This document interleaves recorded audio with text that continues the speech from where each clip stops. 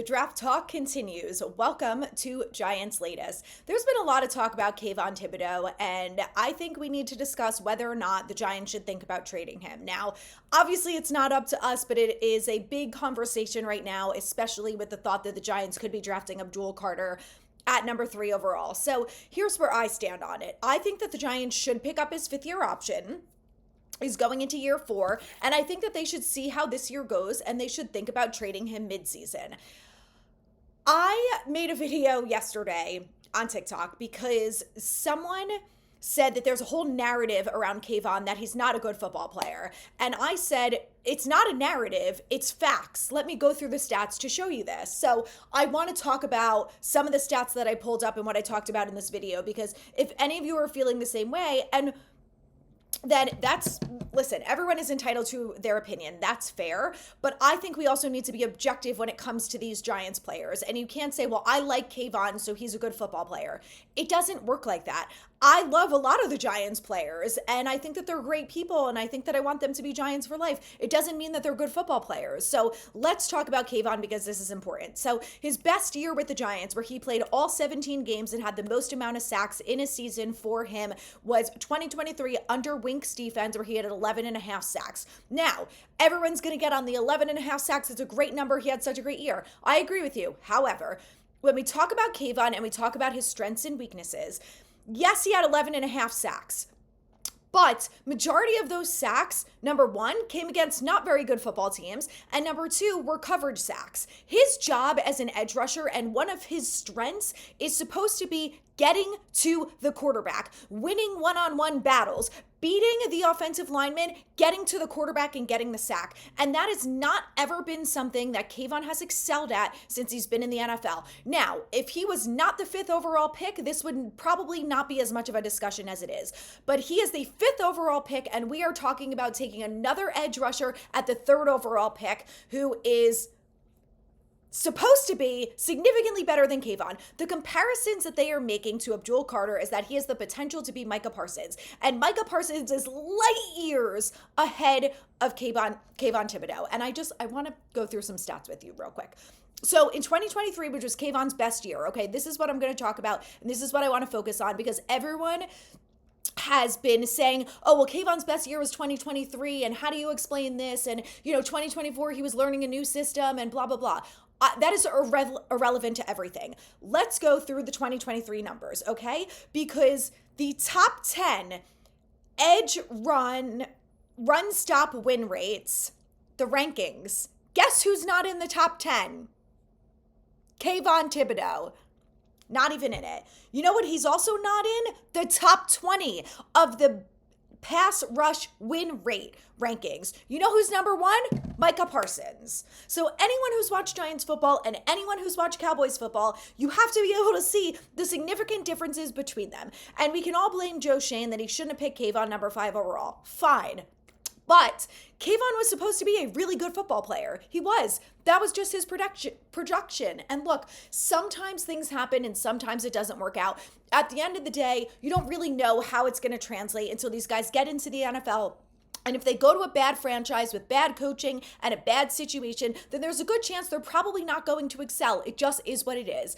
But I think the Giants need to look into Kayvon, and I think that they need to draft Abdul Carter to be the replacement there. Because the other thing that I want to say about the 2024 season is this is Kayvon's 3rd year in the NFL, okay? I don't want to hear that, oh, he had a hard time learning the defense. You know who didn't have a hard time learning the defense? Brian Burns, who had more sacks than Kayvon, who's had almost more sacks than Kayvon every single year in the NFL, and who was also his first time playing with the Giants under Shane Bowen, learning a new defense. You know what he also didn't do? Give up on plays, take plays off, and he still played when this team was 3-14 and one of the worst teams in the NFL. He did not complain that he was injured week in and week out, and he still played every single game. I am out on Kayvon. I'm done. Give me Abdul Carter. I'm over him.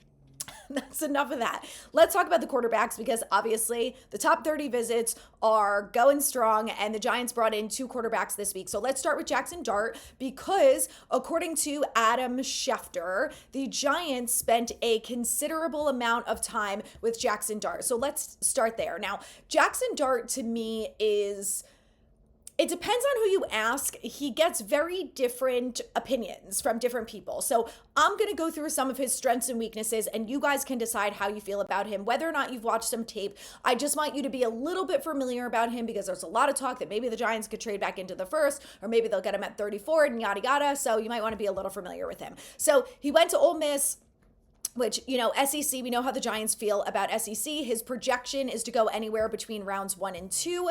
He is 6'2", 223 pounds, and he played all 4 years. He started at USC, and then he transferred to Ole Miss. And there was something else that I just wanted to say. Okay, so the NFL comparison for him is Gardner Minshew. So some of his strengths: he is very good under pressure. When there is pass rush in his face, he can make very good decisions, and he's great when it comes to that, which we know is probably going to be a concern if he comes to the Giants. He's very accurate with back shoulder fades, knowing that we have Malik Neighbors and Darius Slayton back on this team for 3 years.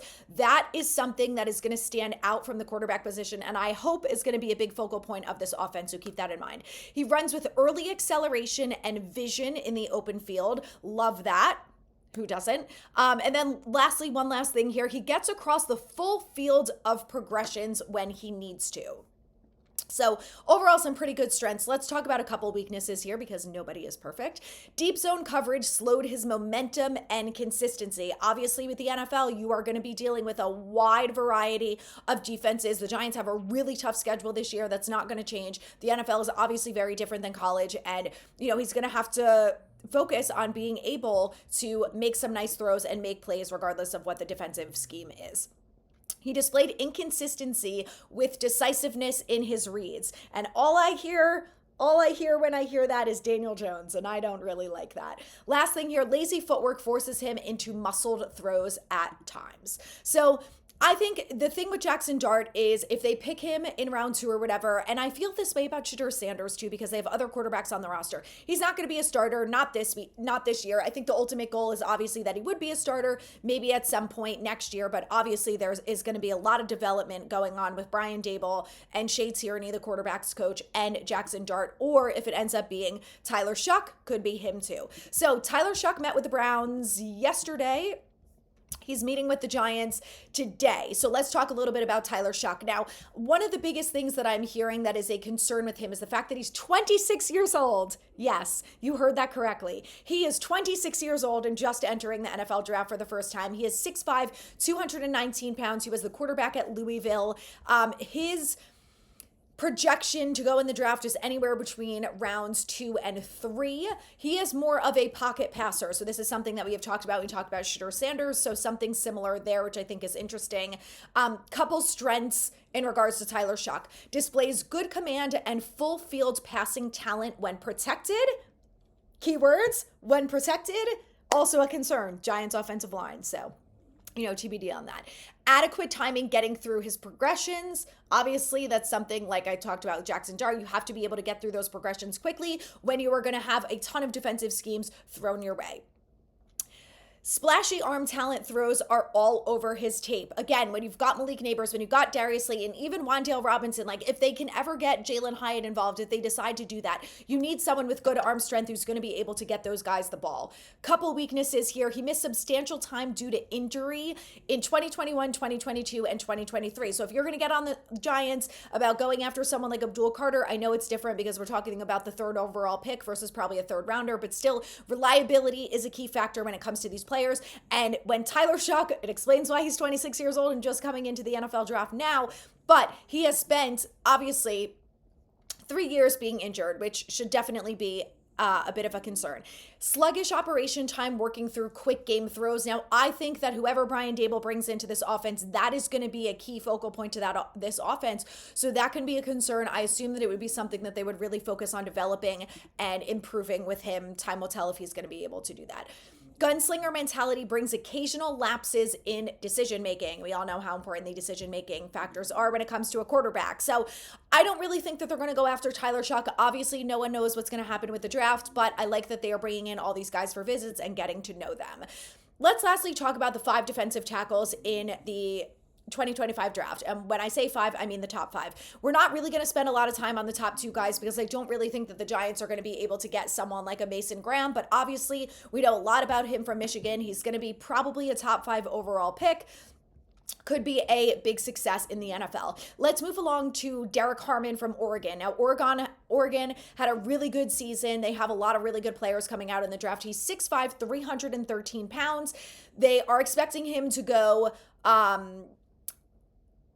early on, mid first rounder with the 23 overall ranking.